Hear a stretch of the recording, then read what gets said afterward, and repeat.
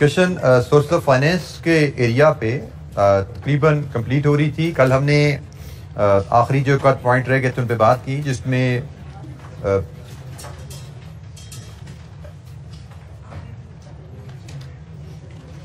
Venture capital, business angels, private equity funds, asset securitization, and then direct and indirect investment and speculation. ये जी कुछ terminologies थी, कुछ concepts थे जिनको हमने कल डिस्कस किया। तो कोई सवाल?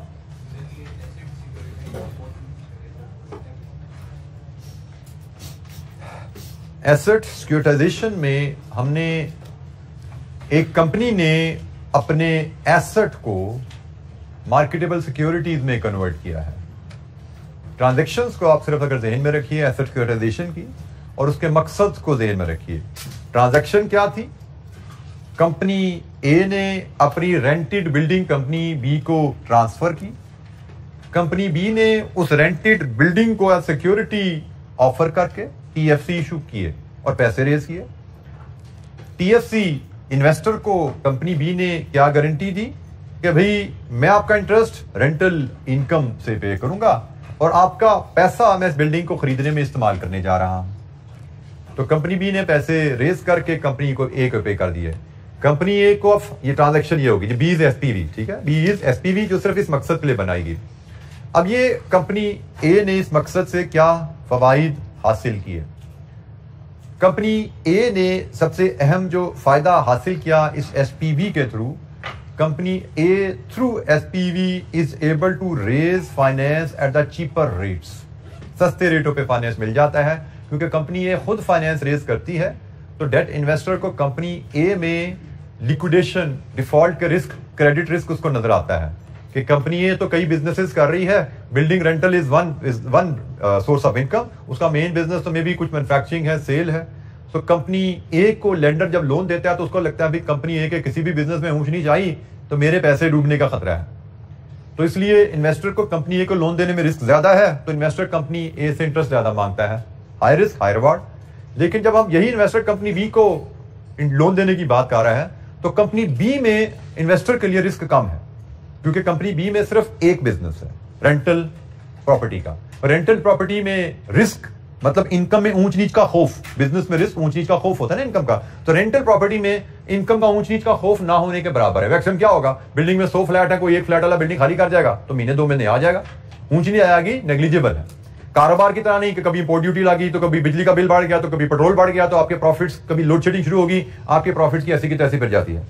आम बिजनेस में रिस्क ज्यादा होता है, प्रॉपर्टी बिजनेस में रिस्क कम है। तो वही प्रॉपर्टी कंपनी ए ने जब कंपनी बी को ट्रांसफर की और उसी प्रॉपर्टी के अगेंस्ट अब जब कंपनी बी लोन रेज करेगी तो कंपनी बी को लोन सस्ते रेटों पे मिलेगा। तो प्रैक्टिकली कंपनी बी कंपनी ए का हिस्सा है ना, तो कंपनी ए डायरेक्ट लोन लेती है, उसको ज्यादा हाई रेट पे लोन मिलता है। कंपनी ए कंपनी बी को क्रिएट करके उसके थ्रू लोन ले रही है, उसको सस्ते रेटों पे लोन मिल रहा है। ठीक है, तो ये एक मेजर फायदा एसेट सिक्योरिटाइजेशन का क्या है कि एसेट आपके मार्केटेबल सिक्योरिटी में कन्वर्ट हुए and you are able to raise finance at a cheaper rate. Sorry,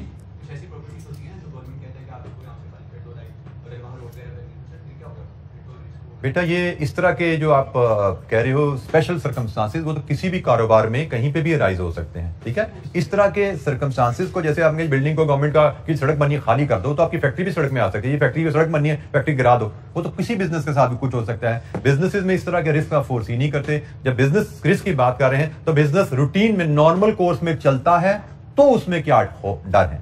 वो तो कोई बिजली गिर सकती है, कोई ज़लज़ला आ सकता है, कुछ भी हो सकता है। तो ये इनको हम कहते हैं कि ये रिस्क आप फोर्स ही नहीं कर सकते। ठीक है, नॉर्मल कोर्स में जो रिस्क आपको नजर आते हैं आप उन रिस्क को देख के अपने फैसले करते हैं। जी एनी क्वेश्चन, कोई और सवाल? अच्छा, छोटे से 2 कैलकुलेशन है हमारे पास इस चैप्टर से। इस चैप्टर में हमने बॉन्ड वैल्यूएशन की कैलकुलेशन थोड़ी सी कवर की थी, तो उसी से रिलेटेड 2 पास पेपर के क्वेश्चन है, उनको देखते हैं और फिर हम नेक्स्ट चैप्टर पे मूव करेंगे। ये जनाब एक आबिद फूड का क्वेश्चन है, ऑटम 16 में आया था हमारे पास, 6 marks. Abid foods autumn 16, 6 marks. ये किताब में तो आई नहीं, अडेंडम मैंने कल भेजा था आप लोगों को, भेजा था अडेंडम था आपको, अडेंडम में आ जी क्वेश्चन। ये अनफॉर्चुनेटली हमसे बुक में स्किप हो गया, एडेंडम मैंने आपसे शेयर किया है, इट इज इन एडेंडम, तो खोल के जरा अपने सामने कर लीजिए। एडेंडम में जिसमें हमने वो पढ़ा था इन्वेस्टमेंट एंड स्पेकुलेशन का डिफरेंस, वहीं पे हमें ये भी मिलेगा देखने को। ठीक है जी, नेक्स्ट पेजेस पे ये क्वेश्चन भी हमारे पास अवेलेबल है।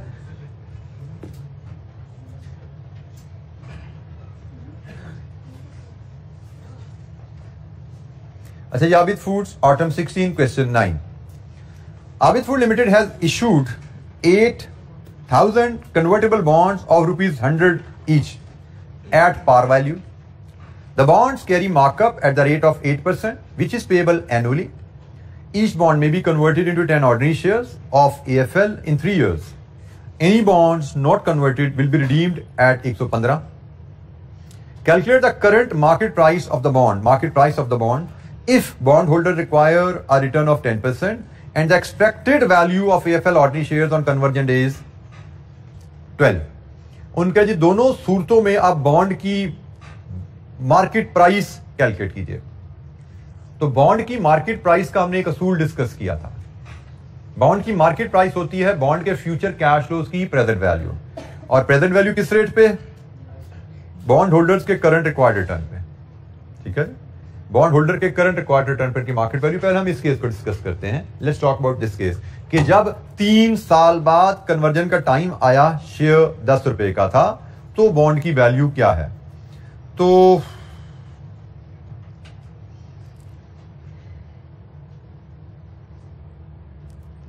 क्वेश्चन नंबर 1 पार्ट ए, आज अगर आप ये बॉन्ड लेना चाहते हैं तो इस बॉन्ड से एसोसिएटेड फ्यूचर कैश फ्लोज क्या हैं?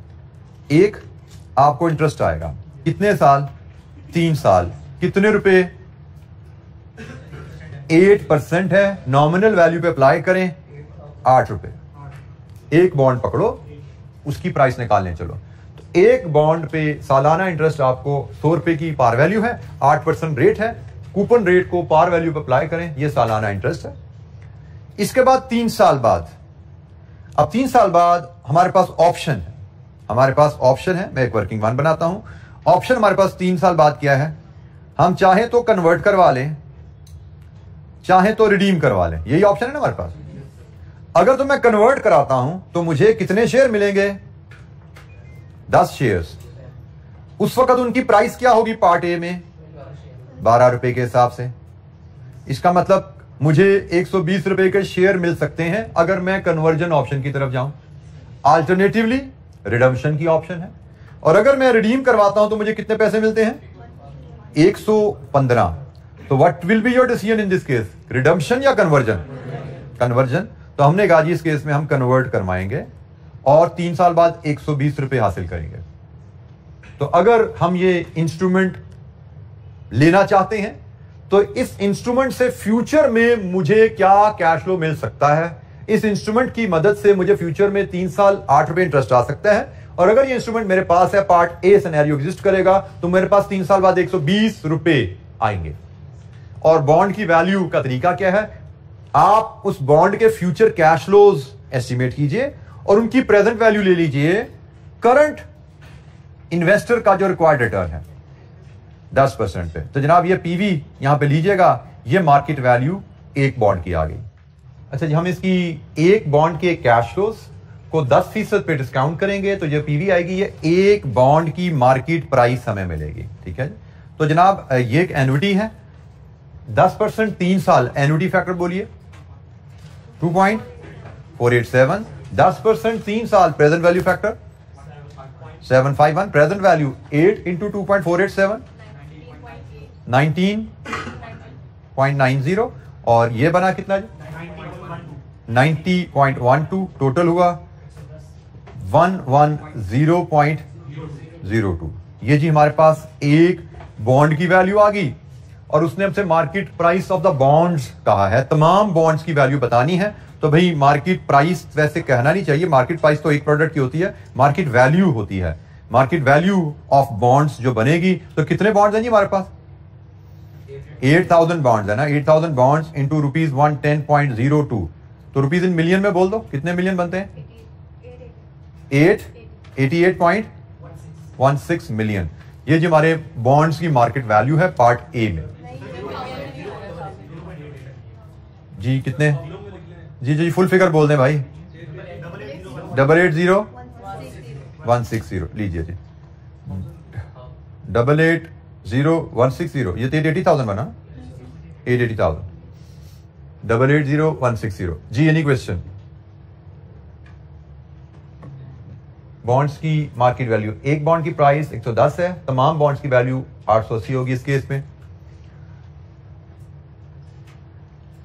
ये मैंने पार्ट ए, इसको मैं अगर यहां पे डिस्कस करूं, ये पार्ट ए मैंने बनाया इधर। अब मैं इसी में ही अगर पार्ट बी भी इसी पार्ट में ही मैनेज कर लूं तो हमारे लिए चीज़ें ज़रा एफिशिएंसी से मैनेज हो जाएंगी।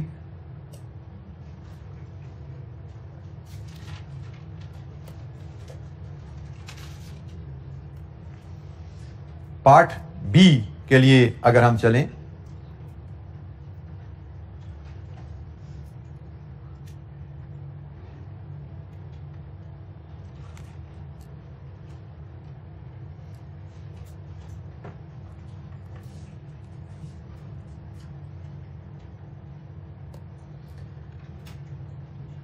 पार्ट बी के लिए अगर हम कैश फ्लो यहां पे बनाएं तो पार्ट बी में हमारा सालाना इंटरेस्ट कितना रहेगा? पार्ट बी में सालाना इंटरेस्ट तो सेम रहेगा, वो तो 8 रुपए ही रहने वाला है। और पार्ट बी में हम अगर वर्किंग वन में जाएं, ये पार्ट ए की वर्किंग है, ये पार्ट बी की बात करें तो पार्ट बी में हम अगर कन्वर्ट करवाने चलें तो 10 शेयर्स किस प्राइस पे कन्वर्ट होंगे? 10 के हिसाब से 100। और अगर हम रिडीम करवाने चाहें तो रिडीम में कितने पैसे मिलेंगे? 115। तो हमारी चॉइस विल बी 115। तो जनाब ये पार्ट बी के लिहाज से हमारे कैश फ्लोज क्या बने और इसके हिसाब से हमारी पीवी क्या बनती है। पीवी इंटरेस्ट की तो सेम रहेगी 19.90 और कन्वर्जन की 88.37 एंड द सम इज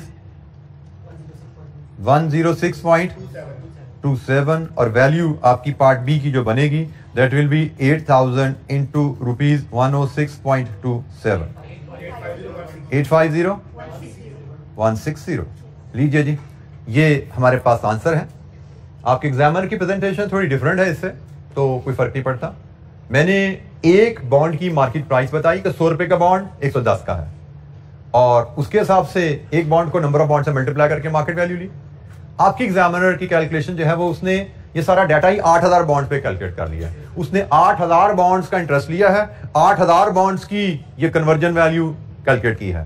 तो आप उस तरह प्रेजेंट कर दें, इस तरह प्रेजेंट कर दें, एक ही बात है, कोई फर्क नहीं पड़ता। ये मुझे जरा कन्वीनियंट लगता है। इतनी ज़रबों तकसीमों में छोटी छोटी वैल्यू से हमने हैंडल कर लिया, आखिर में एक सिर्फ मल्टीप्लिकेशन डाली तो मामला हल हो गया हमारा। ठीक है, तो बहरहाल वैसे प्रेजेंट करें ऐसे करें, दोनों इक्वली गुड है, बट दिस सीम्स एफिशिएंट। मुझे ये तरीका जरा बेहतर लगता है मैं जब इसका स्टूडेंट देखता हूं तो। जी एनी क्वेश्चन, कोई सवाल? आंसर उसके भी एग्जैक्टली शायद यही होंगे मेरे ख्याल में, ऐसे ही है जी, एग्जैक्ट सेम है। राउंडिंग ऑफ का डिफरेंस में हो सकता है, सारी बात है, राउंडिंग ऑफ का डिफरेंस, क्योंकि हमने यहाँ पे वैल्यूज कहीं राउंड ऑफ की है ना, तो जब राउंडिंग ऑफ का डिफरेंस यहाँ पे आ सकता है तो दैट इज नॉन इशू। 880,160 है, वहां पे 880,064 है, यहाँ पे 850,160 है, वहां पे 850,024 है। जस्ट राउंडिंग ऑफ डिफरेंस, कोई इशू नहीं है। जी एनी क्वेश्चन, कोई सवाल? क्वेश्चन नंबर 1 आबिद फूड्स हमने डिस्कस किया। अब एक और क्वेश्चन हमारे पास है जी, that is Shahab Pakistan spring 20 question 6। Question number 2 ये भी वैल्यूएशन का ही क्वेश्चन है।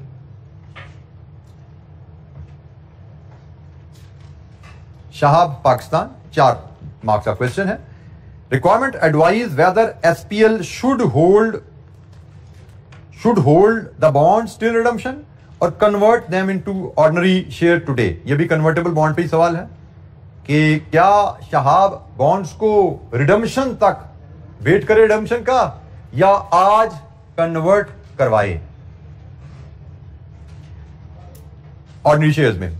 Also determine at what market price per share SPL would be indifferent to hold bonds till redemption और convert into ordinary shares today? दो सवाल हैं जी। हम पहले सिर्फ पहले हिस्से के हिसाब से देखते हैं कि क्या हमें कन्वर्ट करवाना चाहिए या रिडम्पशन का वेट करना चाहिए।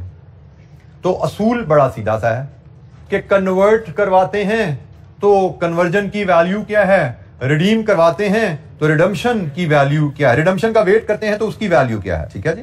कन्वर्ट करवाते हैं तो उसकी वैल्यू क्या है, रिडम्पशन का वेट करते हैं तो उसकी वैल्यू क्या है। सवाल पढ़ते हैं जी। ऑन 1 मार्च 2018, आज तारीख पढ़ लीजिए ऊपर, 1 मार्च 2020 है। 1 मार्च 2018 में 2 साल पहले Shahab Pakistan limited purchase 10,000 convertible bonds of Delphi limited at par value of 100 each. The bonds carry annual markup of 12%, which is payable semi-annually. That is at the end of February and August each year.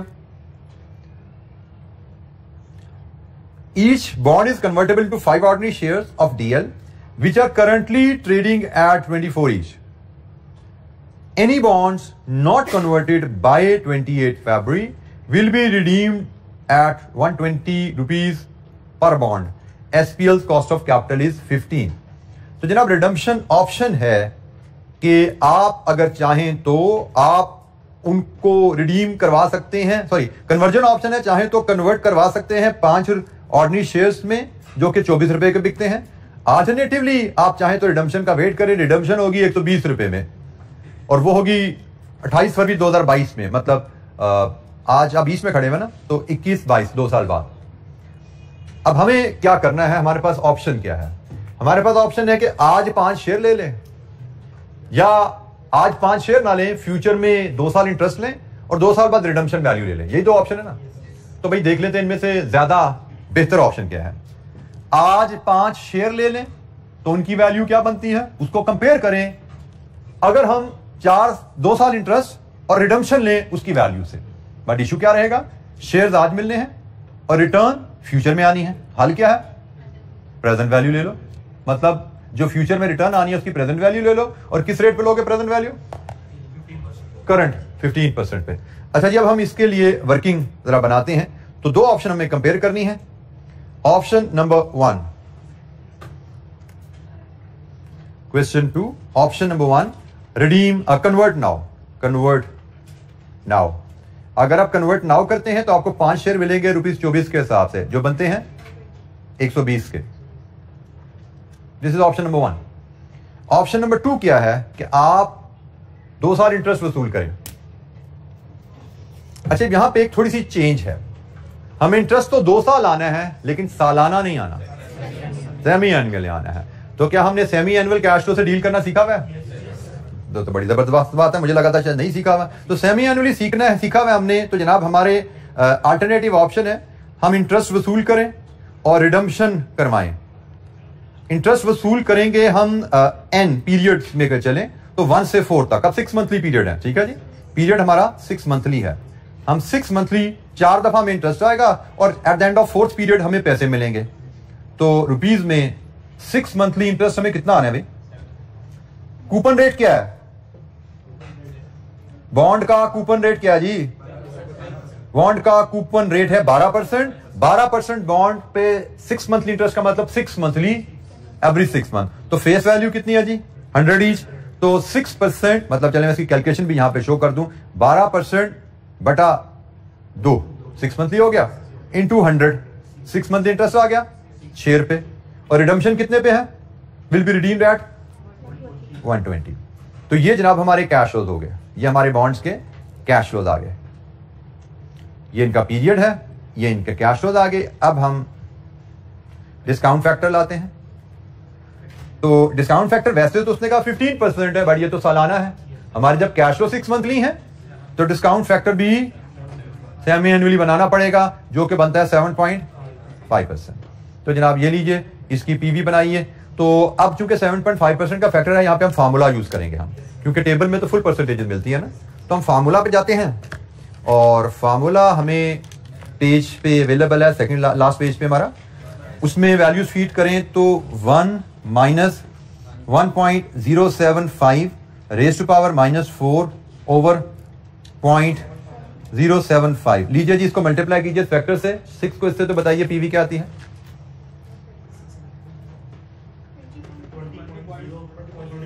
20.10 और ये जनाब 4 period का discount, single discount factor 1 plus R H पर minus N, तो ये जनाब 7.5%, 4 period का factor. इसकी पीवी ले 89.86, टोटल लीजिए 109.96। ये जी हमारे पास वैल्यू आ गई। अब आप देख लीजिए आपके पास ऑप्शन क्या बन रही है। आपके पास ऑप्शन है कि आप चाहें तो वेट करके फ्यूचर में ये कैश फ्लो रिसीव कर लें, लेकिन इन कैश फ्लो की पीवी है 109, इन कैश फ्लो की पीवी है 109.96। चाहे तो आप आज 5 शेयर ले लें, इन कैश फ्लोज की वैल्यू है 120। तो व्हाट इज योर डिसीजन?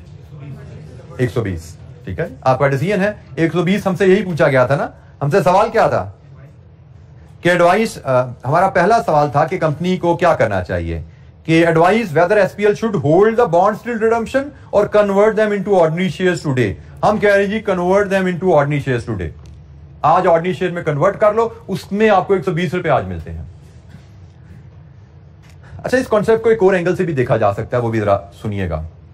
यहां पे तो उसने पूछा ना कि आप कन्वर्ट करवाएंगे या रिडम्पशन का वेट करेंगे। इसी सवाल का एक और अंदाज भी हो सकता था कि इस बॉन्ड की वैल्यू बताओ क्या है, what is the market value of the bond. तो असूल बड़ा सीधा सा है, इन दोनों में से जो हायर होती है ना वो वैल्यू होती है। आपके पास ये बॉन्ड है, जो चाहो तो आज 120 के शेयर में कन्वर्ट करो, चाहो तो रिडम्पशन का वेट करके इतनी कैश फ्लो जिनकी पीवी है हासिल करो। आपका डिसीजन 120, तो क्या आप अपना बॉन्ड, ये वाला बॉन्ड 120 से कम में बेचोगे? बेशक इसकी PV of future cash flow 109.96 है। बॉन्ड की वैल्यू, नॉर्मल बॉन्ड की वैल्यू क्या होती है? नॉर्मल बॉन्ड की value market value of future cash, PV of future cash flow. अगर ये नॉर्मल बॉन्ड होता, इसकी मार्केट वैल्यू ये थी। अगर ये नॉर्मल बॉन्ड होता तो नॉर्मल बॉन्ड की मार्केट वैल्यू होती है PV of future cash flow at current rate, तो वो तो 109 बनती। लेकिन ये कन्वर्टेबल बॉन्ड है, कन्वर्टेबल बॉन्ड में हायर ऑफ द टू होती है, PV of the future cash flows और conversion value, whichever is higher वो मार्केट वैल्यू है। इस केस में ये हायर है, ये मार्केट वैल्यू है। तो ये सवाल में हमसे ये भी पूछा जा सकता था कि ये कन्वर्टेबल बॉन्ड की मार्केट वैल्यू बताओ, तो जवाब हमारा होता है 120। इसने सवाल दूसरा पूछा, उसने कहा जी बताओ कन्वर्जन करनी चाहिए या नहीं। हमारा डिसीजन है कन्वर्जन करनी चाहिए। डाटा वही है, सिर्फ रिक्वायरमेंट बदलती तो आखिरी जुमला हमारा बदलना था, कैलकुलेशन यही रहनी थी। कन्वर्जन वैल्यू भी कैलकुलेट होनी थी, पीवी भी कैलकुलेट होनी थी, रिक्वायरमेंट बदलती। रिक्वायरमेंट जैसे ये है, हमारा जवाब लिखा हुआ है company should convert the shares. Requirement होती what is the market value of this bond, हमारा जवाब होता market value of the bond is higher of the two, 120। Same calculation, दो रिक्वायरमेंट एड्रेस हो जाती थी। जी एनी क्वेश्चन, कोई सवाल? अच्छा, ये तो हुआ पहला पार्ट, इस सवाल का पहला हिस्सा। दूसरा हिस्सा क्या है? At what share price SPL will be indifferent. अभी तो चॉइस क्लियर है ना कि भाई कन्वर्ट करवाना है। क्यों क्लियर है? क्योंकि प्राइस बड़ी अट्रैक्टिव है, 24 रुपए का शेयर है ना, तो 24 रुपए के शेयर में कन्वर्ट कराने में फायदा है। इनडिफरेंट से मुराद जो मर्जी कर लो, ये कर लो या ये कर लो, तो ये कर लो, ये कर लो, तो तभी होगा जब दोनों की वैल्यू, तो दोनों की वैल्यू की सेम होने का मतलब शेयर प्राइस नीचे आएगी। उसने कहा जी शेयर प्राइस कहां पे आए कि कंपनी इंडिफरेंट हो जाती है, तो भाई शेयर प्राइस कहां पे आए कंपनी इंडिफरेंट होती है, तो 109.96 बाय 5, 21.99। ये जी वो प्राइस है। अगर शेयर प्राइस 21.99 है ना, तो भाई ये वैल्यू और ये वैल्यू बराबर है, और जब वैल्यूज बराबर है तो कंपनी इंडिफरेंट है, ये कर लो या ये कर लो।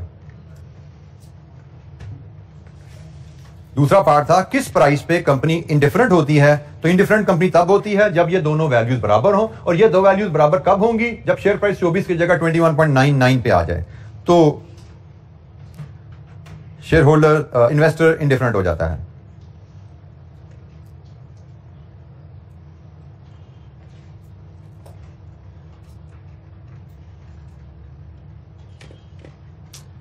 अच्छा, यहां पे आपके क्वेश्चन में थोड़ी सी एक वेरिएशन है सोल्यूशन में। अब वो आर्बिट्रेटरी सी वेरिएशन है, वो वेरिएशन है यहाँ पे। मैं इस फैक्टर को उसने डिफरेंटली हल किया हुआ है, मेरे अभी नजर पड़ी आंसर पे, तो मैं इसके हिसाब से देखूं। उसने इसको, क्योंकि ये तो 2 साल बाद का सिंगल कैश फ्लो है, इसको उसने 15% -2 सालाना डिस्काउंट रेट और 2 साल बाद का कैश फ्लो उस पर डिस्काउंट किया है, उससे ये वैल्यू बदल जाती है। ठीक है, तो वैल्यू बदल रही है, तो फिर क्वेश्चन मार्क आ जाता है क्या बेहतर है। चलें, विदाउट गेटिंग इनटू निटी-ग्रिटीज, मैं इसको फिलहाल ठीक समझता हूं। मुझे लगता है मुझसे शायद यहाँ पे ओवरलुक होगी ये ट्रीटमेंट, ये शायद बेहतर है। ये तो थे ना 6 मंथली कैश फ्लो थे, तो ये तो इसके 4 हमने कैश फ्लो बनाने थे, इसको तो हमें मजबूरी थी, हमने ऐसे चलना था। लेकिन ये सिंगल कैश फ्लो और 2 साल बाद का कैश फ्लो और सालाना फैक्टर 15% अवेलेबल ऑलरेडी, तो यहाँ पे एडजस्ट करने की जरूरत शायद नहीं थी। ठीक है, तो ये वैल्यू काइंडली रिवाइज कर लीजिए। और ये चलिए इस बहाने आपको करेक्शन का तरीका भी एक बार देखने को मिल गया। गलती अगर होगी पता लगी तो करेक्शन कैसे की जाती है। एक लाइन क्रॉस की नीचे वैल्यू आ गई, इसकी वैल्यू बोलिए 9.74, इसको रेक्टिफाई कीजिए 110.84 और यहां पे आप 110.84 डिवाइड विद 5 करेंगे तो 17। लीजिए जी, पहला पार्ट का हमारा जवाब नहीं बदला, वो तो ऑप्शन वही है कि कन्वर्जन ऑप्शन बेहतर है। दूसरे पार्ट का जवाब हमारा बदल गया है। मतलब अगर हमने ये गलती कर दी होती तो मे भी ये 4 में से हमारा आधा नंबर 1 नंबर शायद इससे कट रहा होता, शायद 1 या आधा नंबर कट रहा। सवाल ही गलत हो रहा, 4 में से 4 नंबर नहीं आते, 4 में से शायद 3 आ जाते। अब हमने ये गलती पता लगी, हमने ठीक कर लिया, अब 4 में से 4 हमारे पूरे हो चुके हैं जी। एनी क्वेश्चन, कोई सवाल?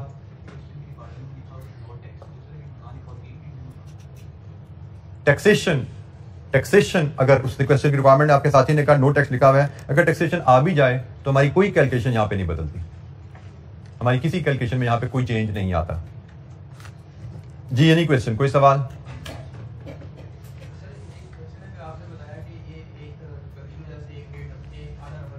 एक नंबर आधा नंबर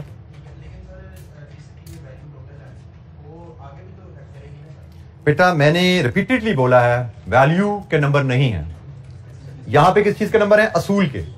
और ये असूल क्या है कि आपकी जो ये वैल्यू आई है इसको 5 से डिवाइड करके आपने ये वैल्यू निकालनी है और ये आपका आंसर है प्राइस, जिस पे कंपनी डिफरेंट होती है। अब आपकी वैल्यू यहां पे 109 है, 110 है, आपने उससे 5 को डिवाइड करना है और जो आंसर आए, अगर आपने कह दिया कि ये मेरी प्राइस है जिस पे कंपनी डिफरेंट होती है, इस प्रिंसिपल के नंबर पूरे यहां पे। ठीक है, जो वैल्यू आपने कैलकुलेट की उस कैलकुलेशन में कोई गलती होगी, नंबर कट गए, लेकिन उस वैल्यू को आगे आपने सही असूल के तहत ट्रीट किया तो नंबर मिलते हैं जी। एनी क्वेश्चन, कोई सवाल? अच्छा जी, सोर्स ऑफ फाइनेंस पे हमारी डिस्कशन कंप्लीट है। अब हम मूव करेंगे नए नेक्स्ट चैप्टर की तरफ, that is cost of finance. Cost of finance का जो चैप्टर है ये हमारे पास chapter cost of finance chapter 3 है जी हमारा, चैप्टर 3 कॉस्ट ऑफ फाइनेंस। इसमें कैफ लेवल पे ये फर्स्ट टाइम इंट्रोड्यूस हुआ है ये चैप्टर। कैपिटल इन्वेस्टमेंट अप्रेजल हमने पढ़ा, कैफ 8 में वो एग्जिस्ट करता था। सोर्सेज ऑफ फाइनेंस, अच्छा कॉस्ट ऑफ फाइनेंस का चैप्टर जैसे हम पहले भी डिस्कस कर चुके हैं, हमारे सिलेबस में नहीं रहा कभी भी, फर्स्ट टाइम कैफ लेवल पे इंट्रोड्यूस हुआ। सोर्स ऑफ फाइनेंस भी, कैपिटल इन्वेस्टमेंट अप्रेजल भी, जो कि हम कवर कर चुके हैं। ये कैफ 8 लेवल पे पुरानी स्कीम में हमारे सिलेबस का हिस्सा रहा है। कॉस्ट ऑफ फाइनेंस भी हमारे पास टोटली न्यू सब्जेक्ट है। Working capital management partially new है, जो आगे हम पढ़ेंगे। बजटिंग टोटली पुराना है और फाइनेंशियल रिस्क मैनेजमेंट ये भी टोटली पुराना है। सो हमारे जो कैफ 8 के सिलेबस में होते थे, तो कॉस्ट ऑफ फाइनेंस वो वाहिद एरिया जो 100% न्यू है कैफ लेवल पे। Cost of finance exam point of view से आप देख चुके हैं। यहाँ पे मॉडल पेपर में एक एमसीक्यू 6 नंबर का एक सवाल, और स्प्रिंग में 2 नंबर का एमसीक्यू और 10 नंबर का सेक्शन बी में एक सवाल। तो 7 marks 12 marks we will expect, क्योंकि नया एरिया है इस सिलेबस में और लिमिटेड एरिया था ऑलरेडी हमारे पास, तो वी विल एक्सपेक्ट कि इसमें से हमें क्वेश्चन जरूर मिलेगा, जैसे आपके सामने नजर आ रहा है 7 से 12 नंबर। अच्छा जी, कॉस्ट ऑफ फाइनेंस, जिसको कॉमनली हम कॉस्ट ऑफ कैपिटल भी कहते हैं। फाइनेंशियल मैनेजमेंट में कैपिटल से मुराद होता है कैपिटल एम्प्लॉयड, ये फर्क ध्यान में रखिएगा। फाइनेंशियल अकाउंटिंग में आपने अक्सर कैपिटल को एज इक्विटी कैपिटल पढ़ा हुआ है, ठीक है, लेकिन फाइनेंशियल अकाउंटिंग में हम कैपिटल मींस इक्विटी समझा जाता है, लेकिन फाइनेंशियल मैनेजमेंट ये जो एरिया पढ़ रहे हैं इसमें कैपिटल मीन कैपिटल एम्प्लॉयड होता है। और कैपिटल एम्प्लॉयड से मुराद equity plus long term loans, equity plus long term loans को हम कैपिटल एम्प्लॉयड कहते हैं। और इसके अगर 2 हिस्से करना चाहें तो हम इक्विटी को इक्विटी कैपिटल भी कहते हैं और लॉन्ग टर्म लोन्स को हम डेट कैपिटल भी कहते हैं। तो कैपिटल एम्प्लॉयड के 2 हिस्से हैं, एक इक्विटी कैपिटल, एक डेट कैपिटल। तो इक्विटी कैपिटल शेयर होल्डर से आता है और डेट कैपिटल लेंडर से आता है। और कैपिटल किसी भी सोर्स से आएगा उसकी कॉस्ट होगी।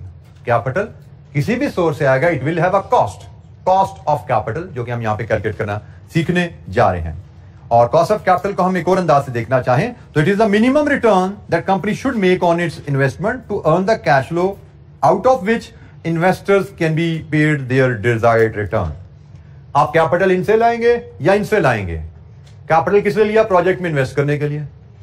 प्रोजेक्ट में पैसा इन्वेस्ट करेंगे रिटर्न कमाने के लिए। रिटर्न कमा के आपने कैपिटल प्रोवाइडर्स को इनकी रिटर्न वापस करनी है। कारोबार से कमाओगे और कैपिटल प्रोवाइडर्स को इनकी रिटर्न दोगे। So minimum return that company should make on its own investment to earn the cash flow out of which investors can be paid their desired return.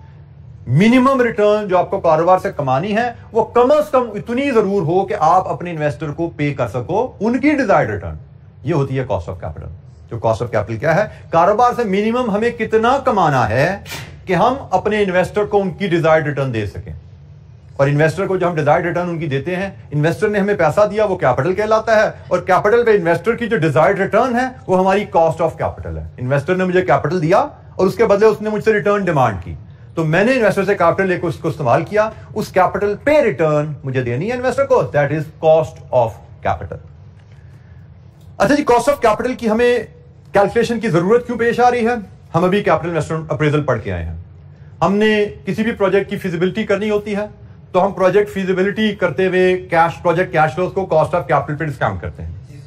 और जब हम कैश फ्लोज को cost of capital पे discount कर रहे हैं तो वहां पे हमारी बात हुई थी, हम देख रहे होते हैं कि क्या प्रोजेक्ट इन्वेस्टर की रिटर्न को मीट कर रहा है।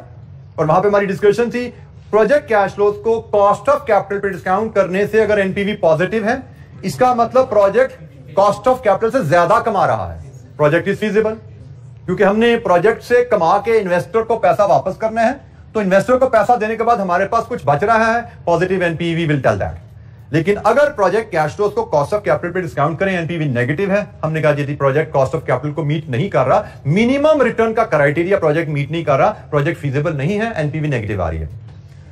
अब हमने प्रोजेक्ट फीजिबिलिटी करनी है तो उसके लिए कॉस्ट ऑफ कैपिटल जानना जरूरी है। इस सेगमेंट में, इस सेक्शन में, इस चैप्टर में हम सीखने जा रहे हैं हम अपनी कॉस्ट ऑफ कैपिटल, अपनी कंपनी की कॉस्ट ऑफ कैपिटल कैसे कैलकुलेट कर सकते हैं। हमने अपनी कंपनी के लिए कोई प्रोजेक्ट फिजिबिलिटी परफॉर्म करनी है, हम अपनी कंपनी के लिए कॉस्ट ऑफ कैपिटल कैसे मेजर कर सकते हैं। अच्छा, ये बेसिक्स से स्टेप्स हैं कॉस्ट ऑफ कैपिटल कैलकुलेट करने के लिए। आप अपनी कंपनी का कॉस्ट ऑफ कैपिटल जानना चाहते हो, step number 1, identify long term sources of finance from which the company has raised the finance.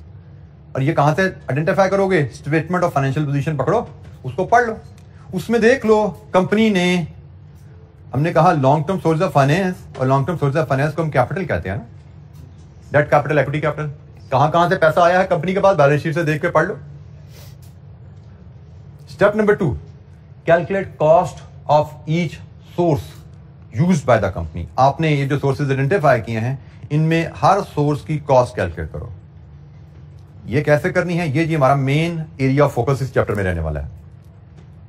Company ने पैसे किस किस सोर्स से रेज किए, ये तो सिंपली बैलेंस शीट पकड़ोगे पता लग जाएगा ना कि भाई इक्विटी से पैसा आया है, हमारे कन्वर्टेबल डेट से पैसा आया है, हमारा बैंक लोन से पैसा आया, सोर्सेज आइडेंटिफाई हो गए। That is not an issue.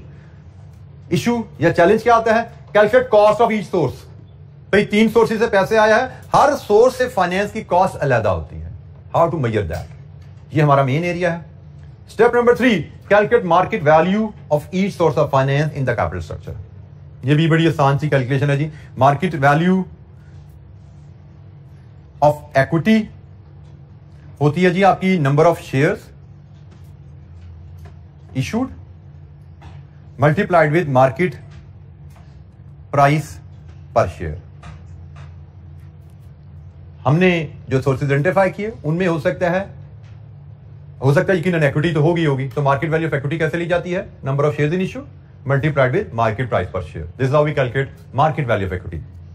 और अगर हमने कोई टीएफसी देखा है, टीएफसी की मार्केट वैल्यू लेनी है तो बड़ी सिंपल है, नंबर ऑफ टीएफसीज अभी हमने कैलकुलेट किया था पिछले सवाल में हमने उसे कहा था market value of the bonds बताओ, तो हमने एक शेयर की बॉन्ड वैल्यू ली थी, उसका number of bonds in issue से मल्टीप्लाई किया था, तो वही बात है, number of TFCs issued multiplied with market price per TFC.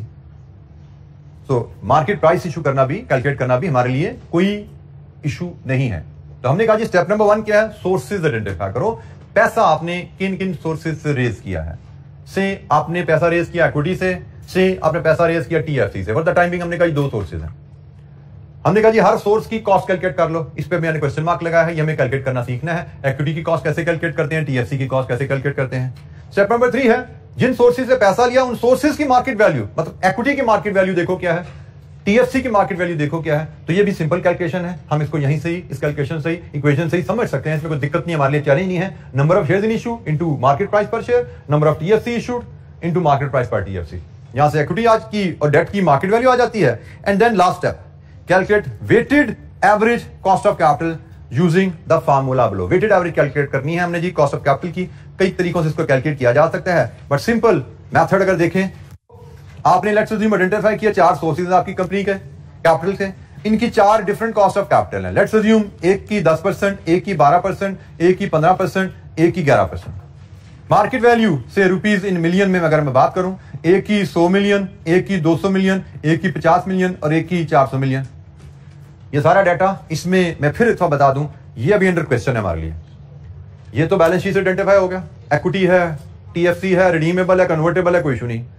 ये मार्केट वैल्यू कैलकुलेट करना, कोई बात होगी, number of shares issue in issue into price, number of debenture in issue into price, ये भी कोई इशू नहीं है। मसला सिर्फ इसके में हम बात कर लेंगे, but for the time being अगर ये सारी वैल्यूज हमारे पास आ गई हैं, ये भी आ गई, ये भी आ गई हैं, तो वेटेड एवरेज कैलकुलेट करने का तरीका, इसके अलावा भी प्रेजेंटेशन फॉर्मूलाज हो सकते हैं, आंसर सेम रहता है। ये फॉर्मूला मुझे लगता है अप्लाई करना आसान है। Cost of a source into value of a source plus cost of the second source into value of the second source plus cost of the third source into value of the third source plus cost, जितने भी sources होंगे, 3 है, 4 है, 2 है, cost of the fourth source into value of the fourth source divided with sum of values 100 plus 200 plus 50 plus 400। तो बताइए यहां से एवरेज क्या आती है?